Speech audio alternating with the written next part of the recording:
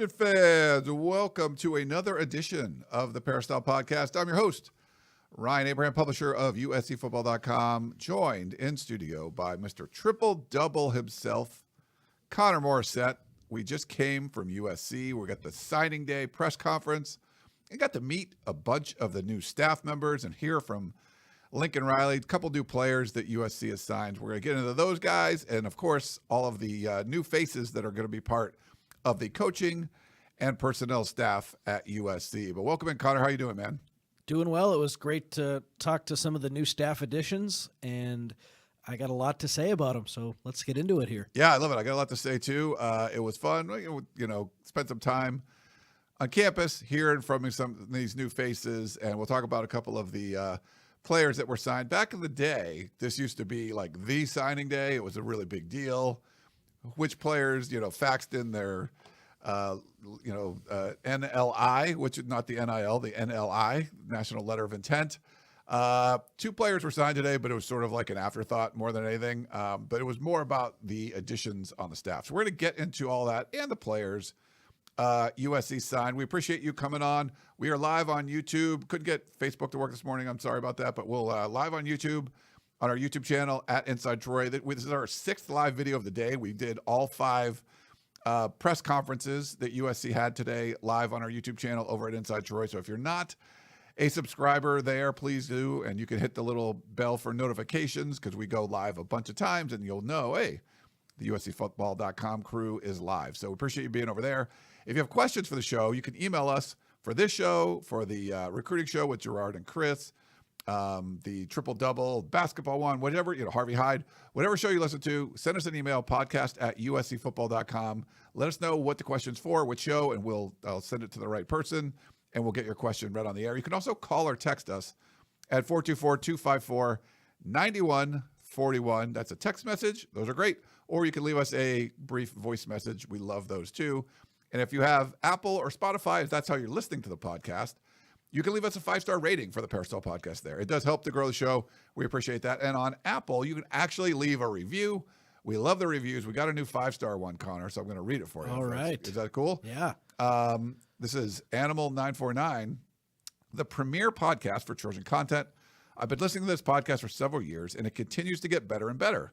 Ryan, Chris, Connor, and Shotgun provide amazing insights into USC athletics. Their objective and unfiltered analysis provides Trojan fans with everything they could ask for. They have all the breaking news, unparalleled access to Trojan football, even when they are banned from practice. Fight on. Thanks for that. And no, that wasn't any of our relatives, I don't believe. So No. Great review. Thank you. Thanks very much. We appreciate that. And I'd love to send you a Trader Joe's gift card. So if you want to email me, Ryan@uscfootball.com, since you left us that really nice review. John and Bray, our buddy, they sent us a bunch of Trader Joe's gift cards to give away to good reviews. I like that one a lot, and we'll send you one. So just email me. I need your physical address because it's a physical gift card, and I can send it to you. And speaking of Trader Joe's, Connor, went in there the other day. A lot of Valentine's Day stuff. It's coming up. Coming up fast. We got like 9 days. I know you got a girlfriend, so you got to make sure you're taking care of. You can get it at Trader Joe's. Of course, the flowers are always cool, but they got some cool other things you can buy for your house or for your loved one, whatever it is. On the Fearless Flyer that just came out, you go to TraderJoe's.com. They have Groove is in the Heart shaped macaroons. So macaroons are cool little cookies if you like those. They have heart-shaped ones, which are cool. They also have dark chocolate bonbon cookies that are cool for Valentine's Day. So if you want to go check that out. But the flowers are always if you're trying to go to a florist, around Valentine's Day, good luck, get a second mortgage on your house or whatever. But you can go to Trader Joe's and, from the $8 to $15 range, you can get a bunch of really cool and really nice smelling and looking floral arrangements, which are nice. Those flowers are always so great, and you kind of forget about them. It's like, oh, I'm doing my grocery shopping. Let me also get a great bouquet of flowers here. They always have them ready to go, and those have really helped me out. So, yeah, Trader Joe's, not just the grocery store. They have a great floral department, too. Nice. We love it. We love it over there. They do a great job with that. Let's see. So we have a bunch of stuff we need to get to. We are live, and I don't know if the comments are going to come up, but I do have. So if you have questions or stuff in the live chat, just put them in there, and I'll do my best to bring them up and talk about whatever questions you have. So we'll get to those throughout the show, or any comments and things. We love to hear from you with all that kind of stuff. But we want to get to some news that's going on because we were down at USC for the press conference, and the way it worked is Lincoln Riley started, and a lot of times for these, especially you're talking about a day when you sign 2 players, it's not going to be a very long preamble, just going to be a lot of questions. But this was quite the preamble. So maybe we can start with Lincoln Riley, Connor, and sort of what he had to say. He spoke a lot before we got to ask a question. And then to his credit, his time allotment was up, but we didn't get that many questions in.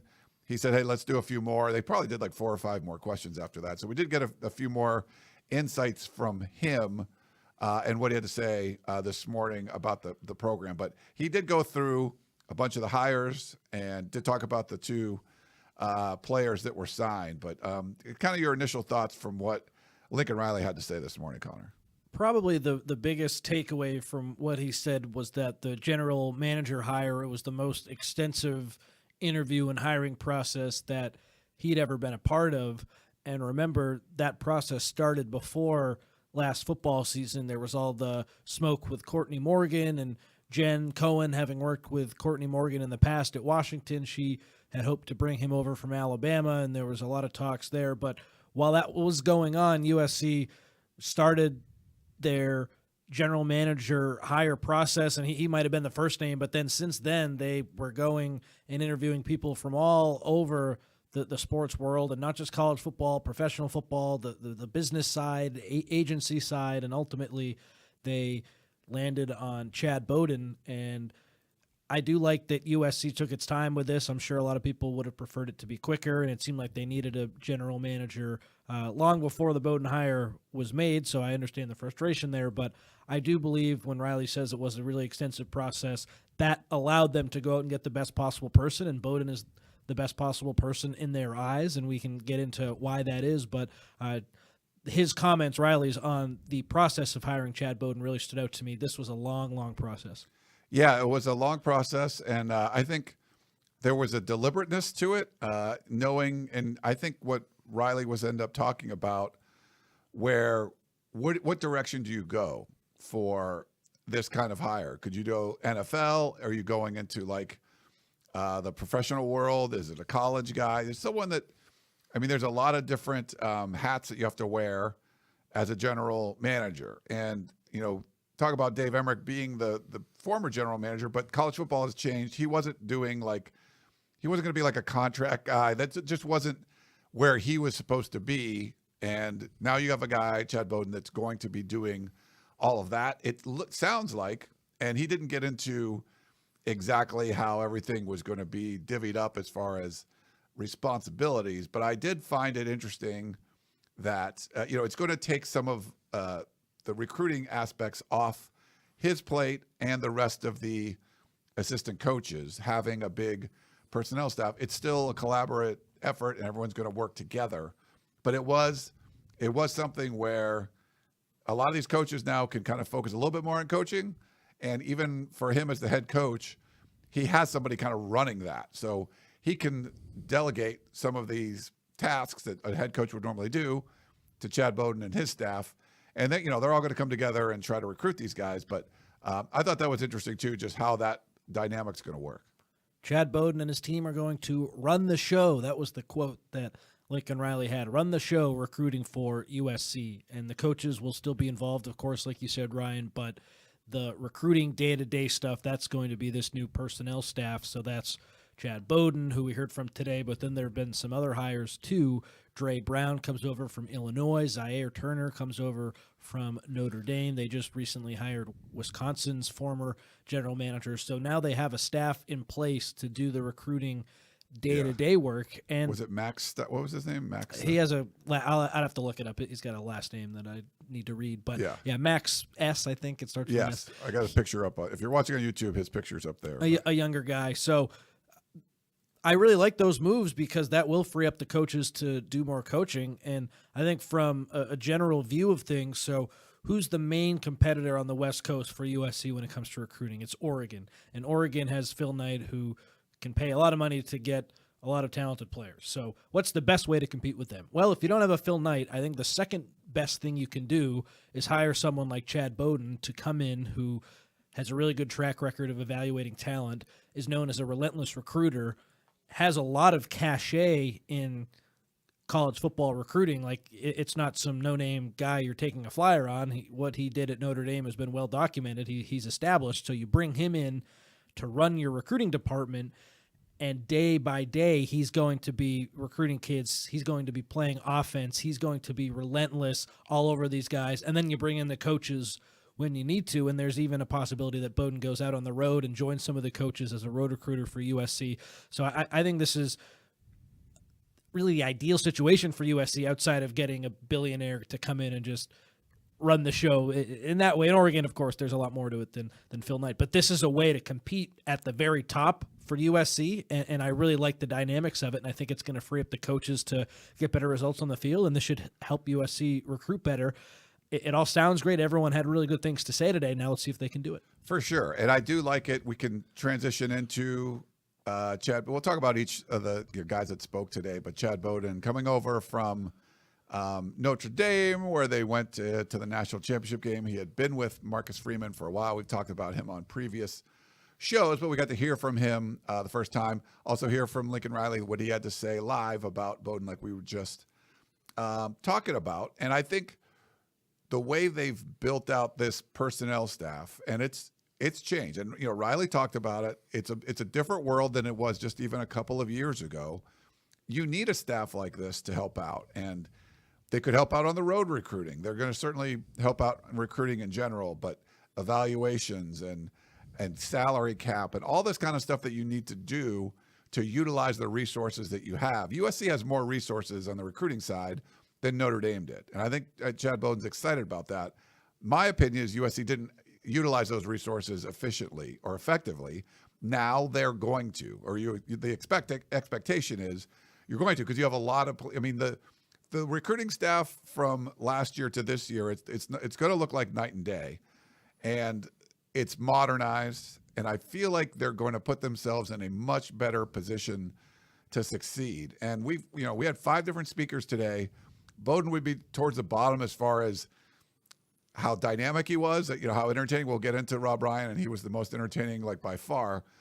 But I think it's sort of one of those things where I know the people, Jen Cohen, Jay Hilbrand, all those guys, everyone at USC that was part of hiring him and bringing him in, everyone we talked to, they're excited.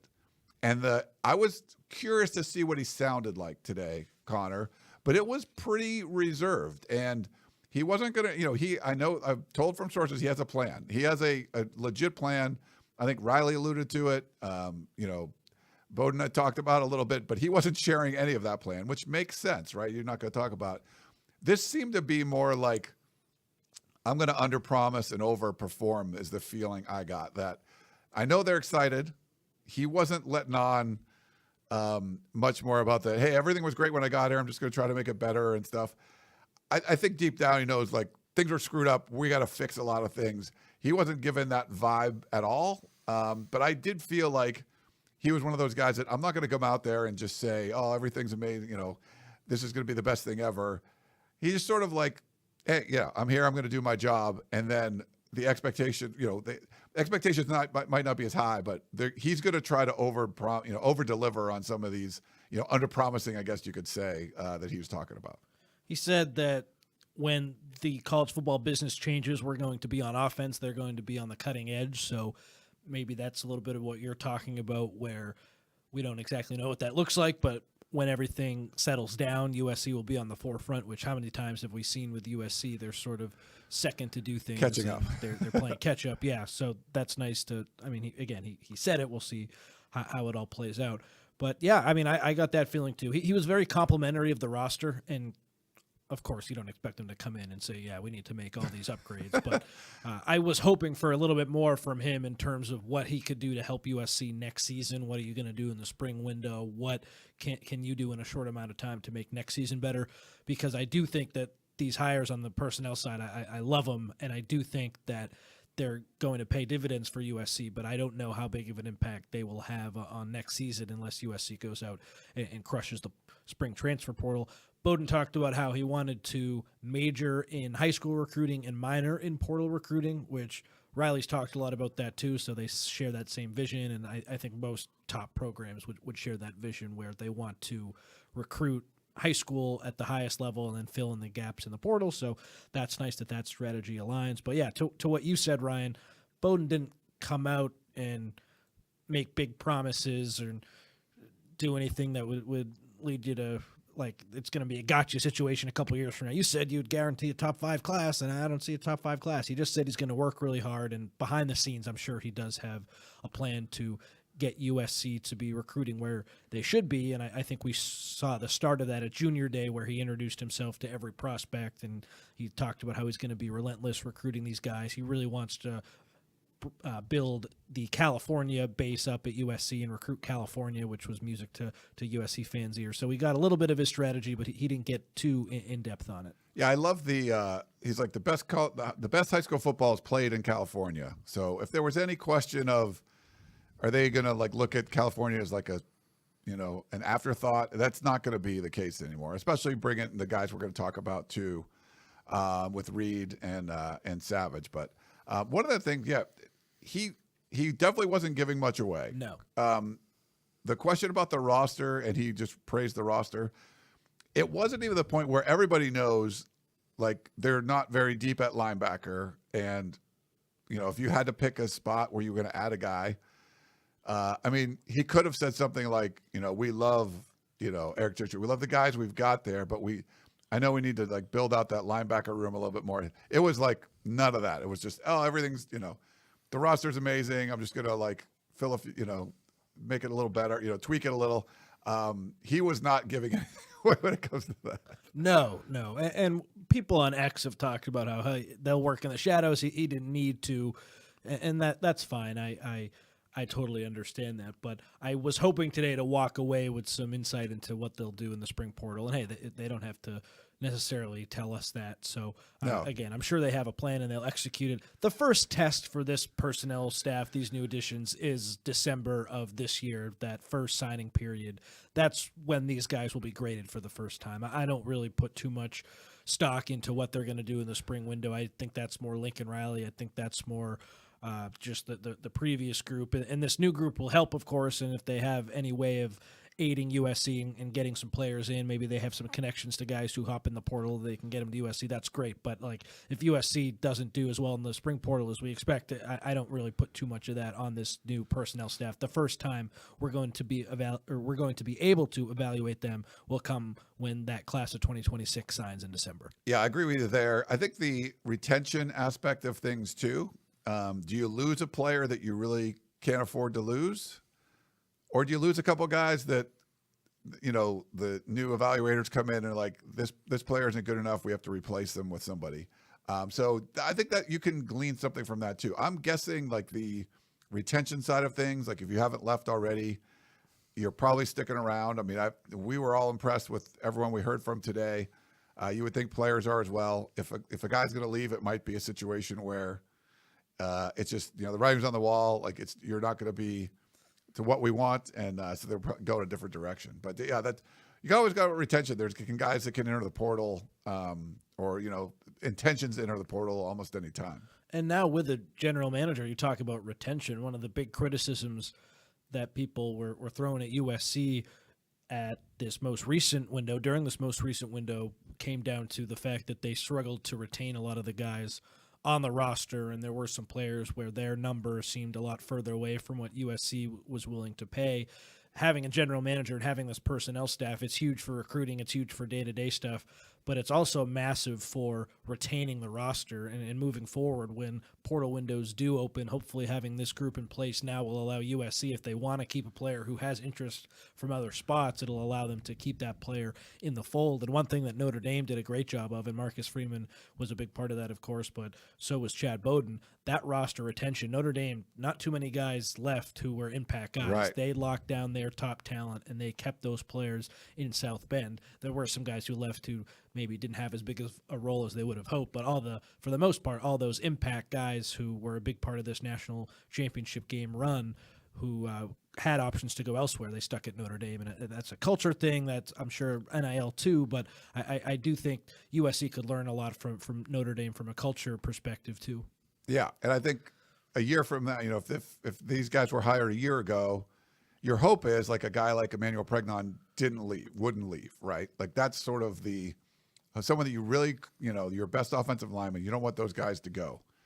And so that's what you're hoping by having a guy like Chad Bowden and this staff that they're building out, which it doesn't seem like they're, holding anything back. I mean, they are all in. The amount of resources going into bolstering this personnel staff is tremendous right now. So you got to give Jen Cohen credit. However, she figured a way out to they are putting their money where their mouth is. They want to be a competitor, and they look at what other competitors are doing, like what Notre Dame was doing with less resources, and they get their guy there, and then fill him out with some other guys. And I think it's all the right moves. And then, like you said, now you got to see the results. But maybe not the spring portal window is the best way to judge that. But I think in general, you just needed to get this kind of staff in place and let them cook and let them work behind the scenes. The more time they have in the saddle in this one, the better results are going to be in the future. It's an all-star team from the personnel side, which is so great. This is Chad Bowden's big swing. He had a lot of success at Notre Dame. He goes to USC. This is his time to go and achieve something great. And then Dre Brown, who they bring over from Illinois, he had rave reviews as the Illini, I think, director of player personnel or one of those roles. He was very involved recruiting that Illinois 2026 class, which got off to a great start. He played at Illinois. The fact that he follows Bowden is huge. They bring over the Wisconsin general manager, whose name I have here now, Max Steinecker, who is a younger guy, but still that's a general manager at Wisconsin. So he's taking a lower level position here. He'll probably get a pay bump, but his title will be less at USC. They are putting their money where their mouth is, like you're saying, Ryan, and they're putting together a really fantastic staff. You look at some of the fans from these programs. When Dre Brown leaves Illinois, all the Illinois fans are up in arms. And when Max Steinecker leaves Wisconsin, all those Wisconsin fans, I really like what we were doing from a recruiting perspective. Like the fact that Chad Bowen is so established and has these connections to these guys back from his time at Cincinnati is huge. And I don't see next season's next season. Again, don't judge what these guys do next season. The first test for them is the 2026 signing day. I think at a minimum they'll get a top 10 class, and with this group we should be talking about a top 5 class. It'll be hard to beat out Alabama, Texas, Oregon, Ohio State, and then maybe you get into that 5th spot. Michigan is now in the mix, and there's some other big NIL players in that space. But I think these hires put USC in the game and give them a chance where they were in the game and they had a chance. Lincoln Riley's first full season here, really before NIL started kicking, and they landed a bunch of 5-star talent. And then we saw what happened the ensuing 2 classes where they just sort of fell off a little bit. This past one was better than the one before, but still they weren't where they wanted to be. Now you're in the game. Now you have a ticket, and let's see if it's a winning ticket. We will see. All right. So good stuff on the personnel side. Building that staff out. We'll keep you up to date on what we're hearing as they keep making some additions and tweaks. Yeah, there might be someone else joining too, Riley said today. So yeah. So it could be adding another player to this personnel staff. Good stuff. But you love to see it. There's people who are just focused on recruiting. They're going to get Southern California players. It should be a lot better. Let's go to some of the position coaches we heard from today. And Chris Trevino, who's in the other room, tweeted he's top 3 press conferences for all time at USC. And I've been around a lot longer than he has, and I'm trying to think of, I forget stuff, but trying to think of one that was better than Rob Ryan. I mean, it was pretty freaking amazing to hear from him. I was in the front row streaming it live, and if you want to watch any of these entities that we're talking about, all the interviews, the full press conferences are on our YouTube channel at Inside Troy. We streamed them all live from the John McKay Center. And this one went, 19 minutes or so with Rob Ryan. Pretty impressive. Like I said, I was in the front row with a tripod on my camera, on my phone, streaming it. And a couple of times I had to scroll back and forth because he was, telling stories like only like a 62-year-old football coach that's been around and won Super Bowls and seen a lot of things can tell. All the energy in the world, the long flowing gray hair. I think part of it is like how many F's were given. Like he didn't give any F's. Like he's here. Like he's like, man, he doesn't want to move. His wife, he said, his wife, he didn't even tell his wife he was going to leave Vegas and come to LA. So he's a little bit in trouble for that, but she's probably not going to let him move again. He is, he might say things that could get him the school in trouble. He's still figuring out the recruiting things, but man, it was one of the more entertaining interviews you're going to see. And the fact that he was, back in my day as an engineer and I was on the application side, so we had to do presentations and things a lot, which not a lot of engineers do.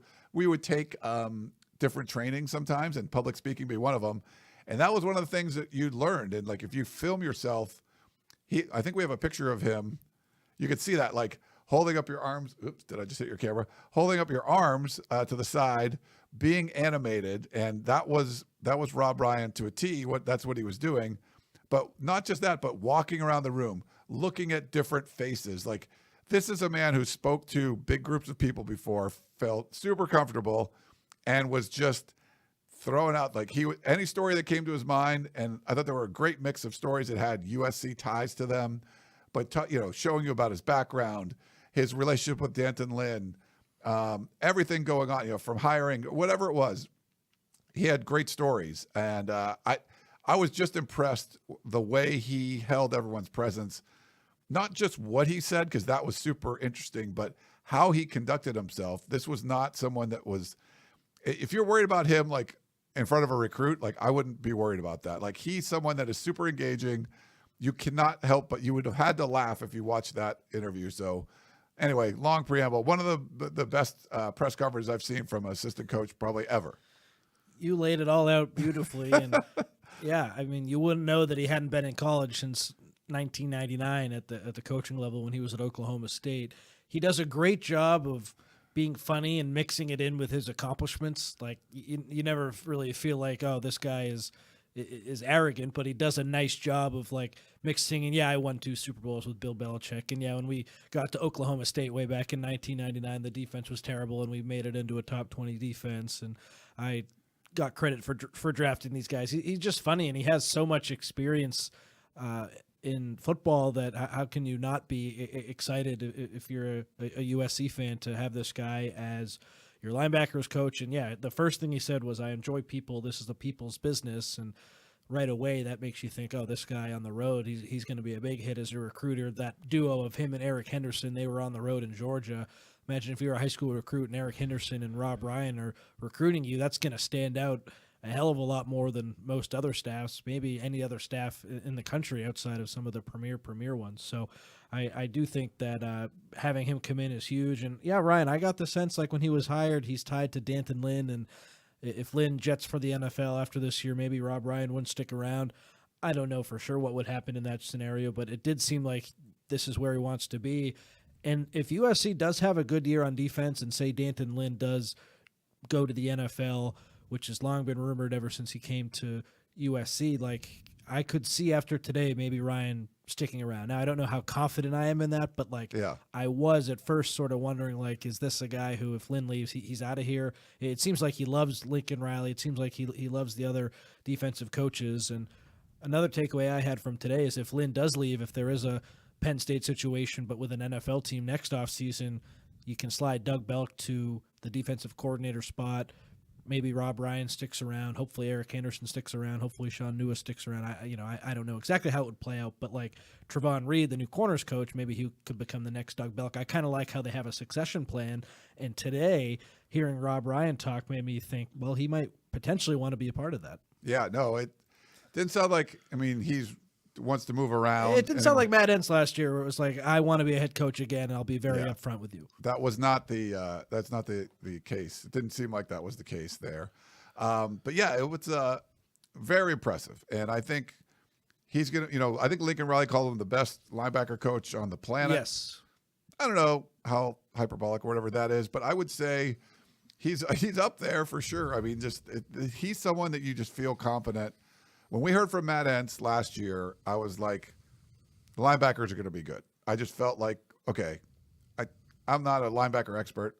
I know people pretty well. I think this guy's going to be really good at coaching linebackers. The exact same feeling without the like upward mobility thing. This is just, hey man, goes way back with the Lynn family, with him and Danton Lynn.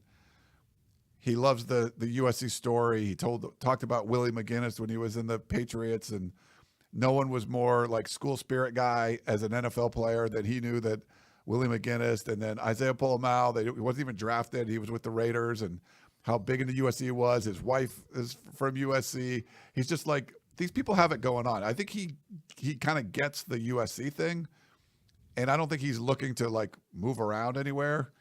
I don't know if Danton Lynn gets a DC job in the NFL, maybe he'd want to come along. I'm not sure, but it didn't seem like he's someone that wants to be moving around, and he'd be happy doing things here. And I know people, when we first reported and talked about this hire, if they thought it was like, he's not going to be able to recruit, like recruiting, and everyone talked about this, and we'll talk about some of the other assistants too. And, the relationship aspect of it, that's what's important. And he's a really great relationship kind of guy. He's probably not going to be the, on the road recruiter. He's done a little bit of that, and I asked him about that at the press conference. But if you bring a linebacker to campus and let him talk with Rob Ryan for a while, like I'll guarantee you it's not hurting your chances with that player. The early returns on him have been great. And I was someone who was skeptical of him as a recruiter. And so far it looks like, the exact opposite has come to fruition, where he's knocking it out of the park. So I was going to say kicking it out of the park. I guess that would make sense too. He's been doing an awesome job. And if you read some of our junior day coverage, Jarrett Perez, one of our recruiting analysts, wrote about Talanoa Ely, the really talented 2026 linebacker, and he wrote how he was really impressed with Rob Ryan and Xavier Griffin. It was the same way. So, or Elijah Griffin. I get Xavier Griffin and Elijah Griffin confused. They're both really talented kids, but the one who's committed to USC, he was really impressed with Rob Ryan. So I do see the recruits and just the recruiting aspect of him. Like it makes sense, and I was skeptical of it, but I think he's doing a great job with that. Let's move on. I don't want to move on because it was such a great press conference. I hope you guys get to watch it on our YouTube channel. It was certainly an impressive. You'll laugh, and I think you'll feel better about the world after watching it. Not just USC football. You just feel better about the world. Like, this is cool. Like, that's a dude that's like, yes, he gets it. But let's move on. So we did get to hear from new tight ends coach and inside receivers coach, Chad Savage, coming over from Colorado State. I'll put his photo up there. I'd say in general, like kind of a, shorter answers. We know he's an excellent recruiter and has the last two stops he's been at. Southern California was his stomping grounds, and he's crushed it there. He's done a really good job on the recruiting trail. Mountain West Recruiter of the Year. And there was a lot of talk about his recruiting and stuff. We weren't getting that like oozing charisma vibe, I guess, from the press conference. He was pretty, he's a younger coach. He just kind of like trying not to say the wrong things and just, which I think was fine, totally fine. But I wanted to get your initial thoughts on what Chad Savage had to say. He did mention how he feels like he can connect with the players because he's a younger guy and he really wants to emphasize having fun. How when he coaches, he wants guys to be excited to be there every day. And when they get out of bed, their feet hit the ground, they want to be excited to show up. And that really shone through. And yeah, his relationships are awesome. He mentions how he has time of day for anyone in Southern California, high school football, that world. He'll text anyone, have a relationship with anyone. He's not big time. If you're a small school coach, he's still going to give you the same spiel that he would give a big Trinity League coach. So he's known for his recruiting chops, but he did talk about how as a coach, he's going to try to balance between the inside receivers and the tight ends and how that will be a little bit of a challenge. They're still working through how to do that. But I asked him about what he is known for as a coach and what he's going to do as a coach. And he said, just have a lot of energy and make sure the guys have fun. And still working really hard, and they're here to get developed, and they have big goals. He said all the right things with that. So I was looking to get some insight because he's known so much as a recruiter, and we heard some more about him as a coach too. Yeah. So I think it's a good addition to the staff for sure. I think the staff was definitely lacking some of the, hey, recruit the hell out of Southern California vibes, and he brings those in spades. So I think that's a good addition there, and help out Dennis Simmons with the wide receivers and stuff.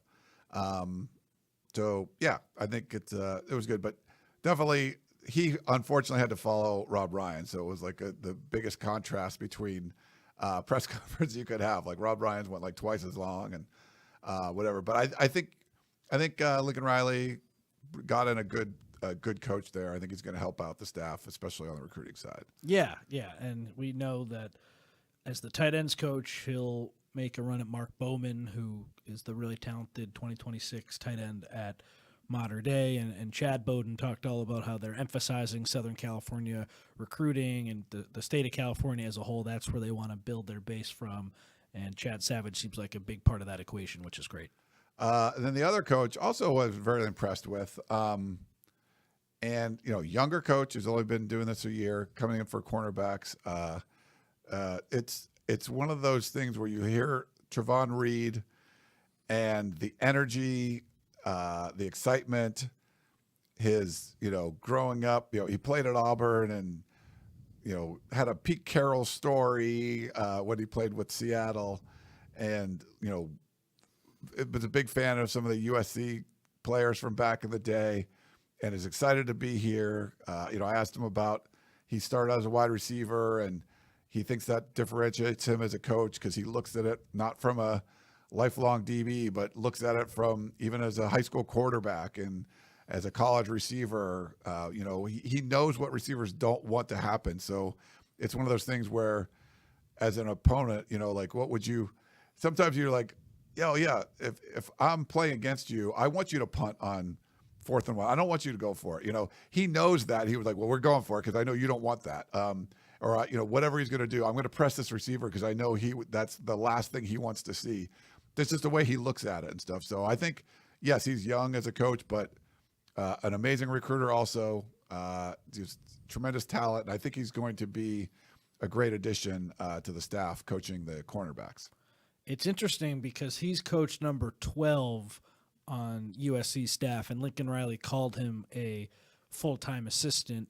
Only 11 coaches can go out on the road, including the head coach. So on paper, Reed is the low man on the totem pole. But I asked Riley what that will mean, how they have 12 full-time assistants, what they will do in the future with that road recruiting. And he talked about how it's probably going to change. And we'll have to figure that out before we go on the road recruiting in the spring. But I think Reed was brought here to be a recruiter, and I imagine he will go on the road. And I could see a guy like Rob Ryan potentially being taken off the road, so we'll see what USC does. But USC is taking advantage of the unlimited coaching, or like the ability to have unlimited assistant coaches on your staff with this hire. So this, to me, is a differentiator. This is their 6th assistant on defense, which I really like, and I think he's going to really make a big difference too. It came down to USC and one other school. He talked about when he was going through the process of leaving UCF and either joining USC or another spot. So there was some competition for him. He is known as being a great recruiter, and he talked a lot about how he's already learned so much from Doug Belk. So I think with Belk being the primary guy who can also teach up Reed a little bit, that is encouraging. And I go back to what I said earlier about the succession plan, how if Danton Lynn does leave, I think you can slot in Reed for Belk's job, and maybe Belk goes to be the defensive coordinator. So I like that too. USC, they noticed that, hey, Danton Lynn, we're probably not going to have him for too many more years because he is so good. Let's plan for that. And Reed, this hire makes me think that he's a piece of that puzzle too. One other bit of news we heard this morning, Bryson Allen Williams potentially is going to leave the staff. So he was sort of that younger guy on the linebacker part. And many of us thought, Rob Ryan comes in, he's the main linebacker coach, but Coach Baugh, Baugh would go out and be on the road recruiting guy. But it looks like he's going to go somewhere else. He's going to go to Georgia and we'll see who USC chooses to hire to replace him. And Rob Ryan's son is on the staff, so I don't know if he's going to get a quick elevation, but Rob Ryan was talking about how this opportunity at USC allowed him to work with his son, which was important to him too. So I don't think that Rob Ryan's son will just become the next Coach Baugh right away. They'll probably bring someone else in, but that made me think about that too. So yeah, part of us, we were wondering, Ryan, like if Rob Ryan goes on or doesn't go on the road, would that mean Coach Baugh would potentially replace him? And now, obviously, that answer is no, because he's not going to be there. Yeah, but interesting stuff. Like the hearing from the new staff members was great today. Like I said, all the full videos are up on our YouTube channel over at Inside Troy. So appreciate that. Anything else from those guys before we move on a little bit? Or well, I think the last thing, looking at the whole staff, this new personnel department has been totally revolutionized since Riley got here. The defensive staff has totally changed. The offensive staff, there are some new names, but Dennis Simmons still there, Luke Heward's still there, Riley's still calling the plays. When we look ahead to next season, like, I like the personnel staff. I like the defensive staff. What were the three biggest issues last year? I thought, in my opinion, I didn't think the roster was where it needed to be, and then I didn't love some of Lincoln Riley's play calls. Like, next season, you have the pieces in place to do a better job building the roster, but like we need to see some evolution from Lincoln Riley as an offensive play caller, and just his offense needs to take a step forward. It does not really feel like that offense was ready for the Big Ten, and USC's made all these great offseason changes, but Riley's not going anywhere as that offensive mind. He's still the guy calling the shots. Every other part of the roster, or every other part of the program, looks to be improved. If Riley can take a step forward too, and that offense can take a step forward, that's the missing link to me, because I do think right now USC that they have everything else. I agree with you there. All right. Well, it is signing day. We haven't even talked about much. A couple of new signees. Anything you know about these guys?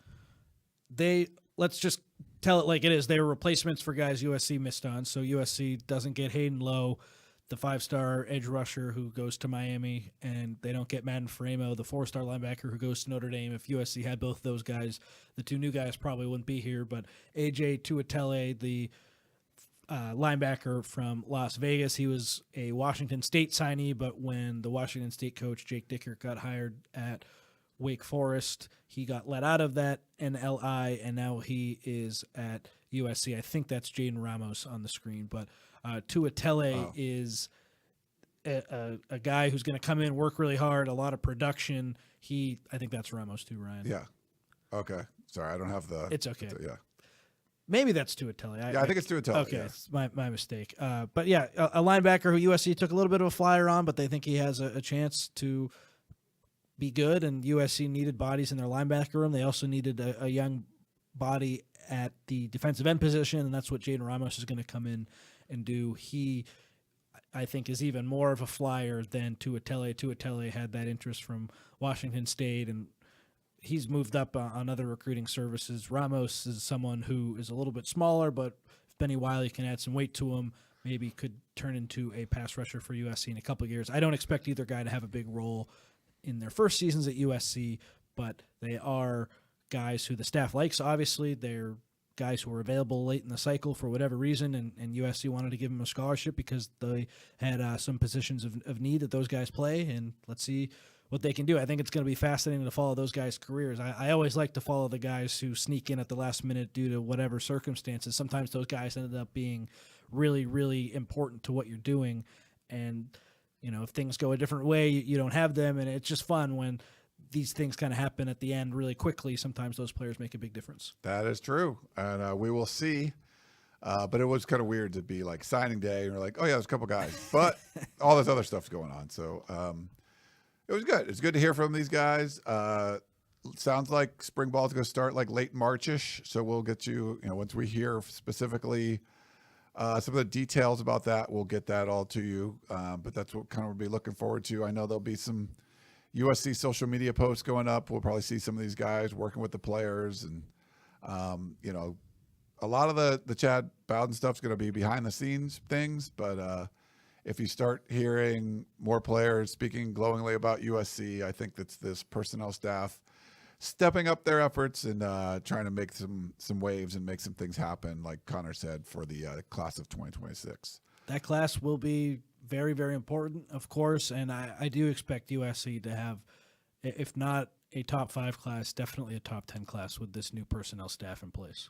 Yeah, and then Kevin Morris said Clark Stroud and Dave Emmerich moved into different roles now too. Yeah, so move some of those guys around, but it's clear when they went out and got an experienced GM like Chad Bowden and Bowden.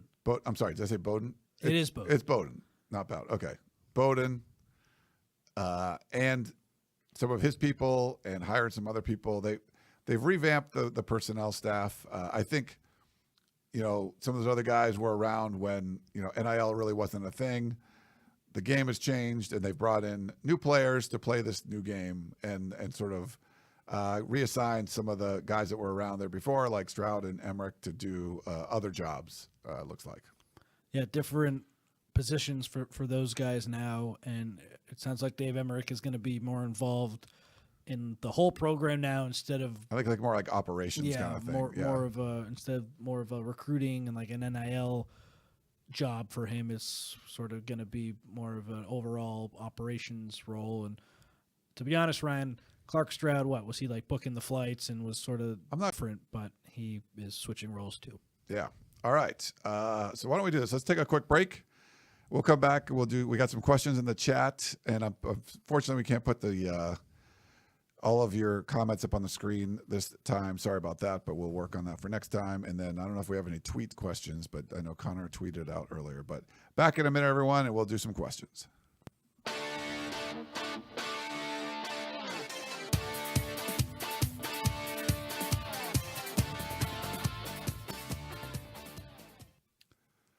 All righty, we're back here on the Peristyle Podcast. We're live on YouTube. You can get us across all the different podcasting platforms. A little later on, this is Wednesday, mid-afternoon. We had the press conference this morning. We're going to get a Composite 2-Star Recruits podcast too, with Chris Trevino's in the other room waiting for us to get done. And then he's going to give Gerard Martinez a call up on the phone, and they'll do a long, 3-4 hour podcast like they normally do, give their thoughts. Chris was there at the press conference as well. And I know Gerard watched it. He's sticking his head in. Gerard watched it on our YouTube feed. So you get to hear from those guys. That'll be up Thursday morning if you're listening to the podcast. And it's still Wednesday. You'll see this one up on Thursday morning. You can jump. I can put that one on if you want. Hold on. We'll if you're watching on YouTube, we're going to bring Chris in. Yeah, you can back up a little more. But there you go. There's Chris. Now you're out. You got to get behind me. There you go. Now you can see it. Yes. We're all wearing. You got 247 shirt on? Oh, no. Just me and Chris. Me and Chris are matchy. But yeah. Any thoughts? We can give you a mic if you have any thoughts or anything. Or Gerard versus Rob Ryan. Gerard. Okay, I like that. Wins in a talk-off. Gerard versus Rob Ryan. Yes, we were talking about that when after practice. If we get to hear from Rob Ryan, usually get like 6 minutes or something with the coach. Well, that's one question. So. We might get 12 at him because someone will ask a question, he'll start answering, and at 6 minutes in, Katie will come up and say, last question, and so you got one more question, so it'll end up being like 12 minutes. So I think that's what we're going to get from Rob Ryan. I think in a talk-off, Rob Ryan against Gerard, I don't know who would win, but it would go to the last round. It would be a 12-round thriller. Both guys would get their shots in. Both guys would get up off the mat and come back and hit the guy again. That would be really close. I can't predict. I want to have them have them have a phone conversation and see how long it goes. We all know if you get Gerard on the phone, it's hard to get him off. I'm sure Rob Ryan's the same way. So it's taking a simple question. You don't even remember what the question is. Whenever you. Oh yeah. Yeah. What were we talking about again? That did kind of happen today with Rob Ryan for sure. Talking about a linebacker he coached in '87. Yeah. Sorry if you guys couldn't hear all of that, but yeah, Chris is like, you start with an original question, and by the time it's over, you forgot what the question was, and you're somewhere else, and that's yeah. I think that we got that. But I love the stories from Rob Ryan. Amazing. It was pretty amazing. Anyone who's a football lifer like that will have great stories, and you mix those stories with his personality, and you get what we got today. Incredible content. Which was great. Loved it. I'll do some chat questions. Joey in the chat started off with, did Longstreet practice during ball practice? If so, do we know how he looked? Yes, and no idea how he looked because we couldn't watch. But yes, he was there, so that's a good thing. Yeah, it was there. I got to talk to him in Hawaii about it a little bit, and he enjoyed it. I think he was like, just getting up to the speed of the game and everything. But if you got to see him in the Polynesian Bowl, he did really well. He was a co-offensive MVP, 3 touchdown passes, including the game winner. So I think people are pretty high on him. So we'll see in the spring what we get to watch. I tried to throw it by Katie Ryan, who's sports information over there. Like, it's going to be fully open, right? So we can watch all. And she was not committing to that. So I tried to talk her into it, but that's not her call. Obviously, that's going to be a Lincoln Riley thing. But hopefully, we'll get to see more this spring, and I can tell you how Longstreet looks. Yeah, that would be great. Ryan, a different Ryan, has a question. Any word if access to practice will increase in 2025? Funny, that's fitting. With access at junior day, I'm hopeful. To what you said, no inside information on that, but hopefully we'll see. We'll cross that bridge when we get to it. Yeah, I don't know about the junior day access being much. It was sort of, just we were more paparazzi, taking photos of people getting out of limos. Yeah, like people walking by, not like, oh, here you come in. Like before, I mean, the coaches wanted us in there filming. Like they liked it, and I don't know. That's just not the case anymore. So things have changed. Everything changes. Let's see. Do we have another one? I think we had one other. Oh, any buzz from winter workouts from Kevin? No, not anything outside of what you see on social media. Those quick clips and those artsy photographs. Yeah, they're just getting going. We'll start talking to some people, and sometimes after a couple weeks, you get a general feel for these guys look good or something like that. So we'll see what we can find out. And then Gary, is there a date for the spring game yet? Sometime in April.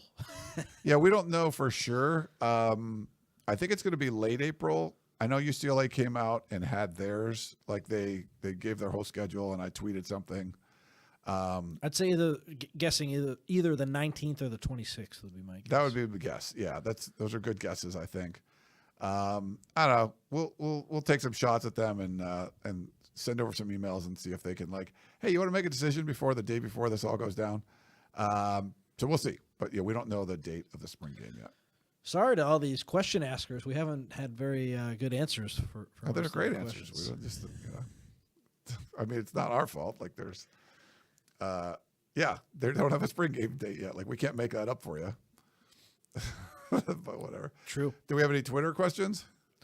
Who reports to, or who do Lincoln Riley and Chad Bowden report to? Jen Cohen? Who are people are all confused about who reports to who. Chad Bowden still reports to Lincoln Riley. I think it's safe to say that. But do you have any other thoughts? I don't know. I mean, it might be some combination of Riley and Jen Cohen. I'm not sure.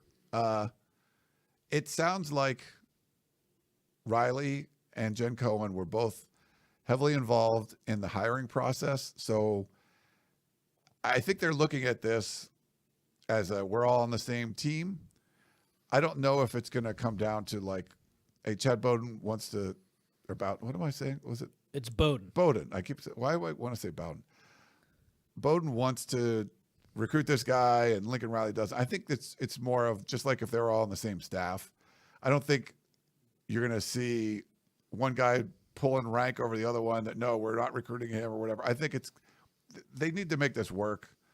They need the system to work, and it has to be a collaborative effort on all that. So I don't know if it matters what the org chart looks like as much, but I'm curious too. I'm not sure exactly how it would go, but I wouldn't be surprised if it was a Jen Cohen thing or she was involved in it also. Well, I think Riley has final decisions on whether to take a player or not, and I would imagine Jen would have the final decision on the money piece.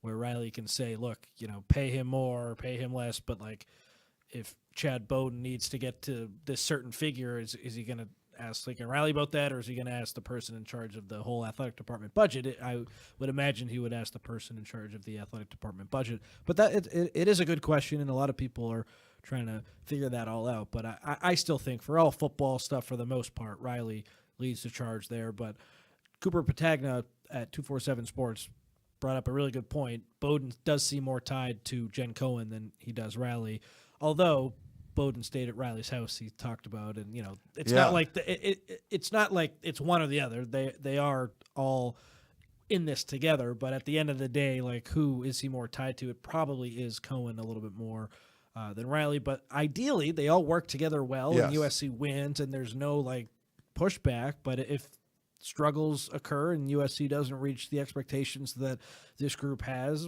it will be interesting to see sort of how the dominoes fall. It was funny to hear that.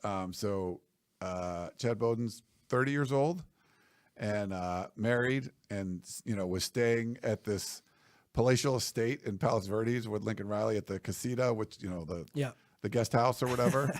Pretty, probably a pretty awesome place to be. But he specifically mentioned, like, what was it, balsamic vinegar steak or something? It was some like very specific, which. Balsamic steak or something. It was something like that. I don't know exactly what it was, but he mentioned it like twice. And whenever you talk about like food, like Lincoln Riley's got dinged a bunch for food because he tweeted like a brisket that was like overdone, and then they even like the tuna. I don't know if I forget what it was. They tried to sear it, and it was like too seared or something. But I don't know if that was just like propping up his cooking skills. Like maybe he was unfairly, criticized for some of his cooking skills, whatever. I don't know. You're the head coach. Like, you don't have to be a great cook, whatever. But he did mention that twice, which was kind of funny.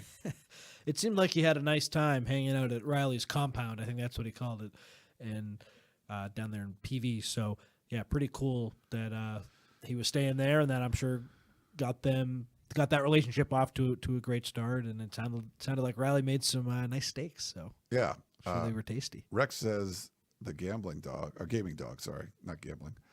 Good afternoon, fellas from Redondo Beach. Well, he's just down the street. Yeah. So that was pretty cool. And Joey says, I want to ask, how do you feel about the press today? And what do you think USC needs to do with furthering the front office? Like the press conference? I'm not sure what he means, but Joey, if you want to clarify, like what you mean, like the press. I mean, overall, how do you not feel pretty good? I feel that was a great, much better with what USC's done. What was the worst point of the offseason? Maybe when Zachariah Branch entered the portal, but I think a lot of fans were like, don't let the door hit you on the way out with him. Maybe when Quentin Joyner entered the portal, you look back on the... Probably Pregnon. Oh, yeah, I forgot about him. Okay, so him leaving, that was probably the worst day. And then today, you got to feel a lot better than where USC was at after that happened. So I think they're making a lot of good moves, and I like now that, what excuse is there the rest of the way? Okay, we don't have the NIL set up. Well, now you do. Oh, we aren't recruiting as well as we can be. Well, now you have recruiters in place. Oh, the defense stinks. Well, now you have this defensive staff. If the offense isn't good and we have to blame Riley, I feel like everything else is going to be pretty good. So it's sort of him or nothing this year. So that's pretty fun to talk about. That'll be pretty fun to watch. Let's see what the offense looks like. Yeah, go to year 4. You're 13-11 the last 2 years. I think you fixed enough around it. And to Riley's point, he was saying he probably couldn't have put this staff together when they first got there. Jen Cohen wasn't there. I think the dedication to NIL wasn't there. And I think more of the points are aligned right now. More of the power players are aligned, and bring in a guy like Chad Bowden to help out. He's on board. He sees Jen Cohen's vision and Lincoln Riley's vision and has his own. And I think to their credit too, it wouldn't have worked if you needed everybody. They had to, it took a while to get someone, probably longer than you would have liked, but you needed someone that was going to be able to bring this all together. And it worked for Riley. It worked for Jen Cohen. It's going to work for this team. So I think the way they put the staff together is great, but it's like you said, now it's, the Lincoln Riley's head guy. Like, I don't know what else you could ask for support around you. You have everything you could possibly need. Go win games. Like, that's where it comes down to now. Just, it doesn't matter what your off-season workout photos look like or what recruits you sign or whatever it is. Like, all that stuff's important. Go win freaking football games. That's what's the most important thing. There shouldn't be anything stopping you. There shouldn't be anything in your way to going out and winning a bunch of games. Yeah, I feel the same way. So, again, we don't have to go into the roster breakdown and have this big conversation on February 5th. I'll just say what I said a little bit earlier. Like, what were the biggest issues a year ago? I felt like the offensive play calling and the roster not being up to what you would expect a USC roster to be in year 3 of Lincoln Riley. Have they totally switched that around? And next year it's like, okay, I can see it. The roster is way better. I still feel like the roster is pretty similar to what it was this past season. So if maybe the defense takes a step forward another year with Lynn and the defensive line is good and Riley changes the way he calls games and they run more and whatever the problem is that will come up next season invariably, like, is he going to adjust differently than he did this season? That'll be what we'll watch for because we both think that everything else is in a pretty good spot. So let's see what happens. Let's see. All right. Well, good stuff. We literally left USC, grabbed some lunch, and then came right into the studio and got some pictures loaded, and boom, we're on the air. So it's been kind of a crazy morning, but it's good. It's good stuff, good content. Hope you guys enjoyed it. I mean, we feel better about what we saw than we did at 10 in the morning. Feel a lot better about the direction of the program just from the people we heard from and were able to talk to today. So hopefully you guys feel better about it as well. It's going to be a long off season, Connor. So a good way to kind of kick it off. Yeah, absolutely. And I need a cup of coffee. I'm losing steam. I got to write a big story about what we saw today. So all right. Got to get some energy. We got to get you some coffee and let everyone else get out there. If you listen to this and you love it, that's great. We'll have the composite 2-star recruits coming up pretty soon too. And they'll give Gerard and Chris will give their thoughts as well. We appreciate everyone tuning in, YouTube or through the podcasts. We love it. We love hearing from all of you. Love all the feedback. Thank you for the reviews. Thank you for the questions, tweets, all of that stuff. So for Connor Morrissette, I am Ryan Abraham. Hope you guys enjoyed the show, and we will talk to you next time.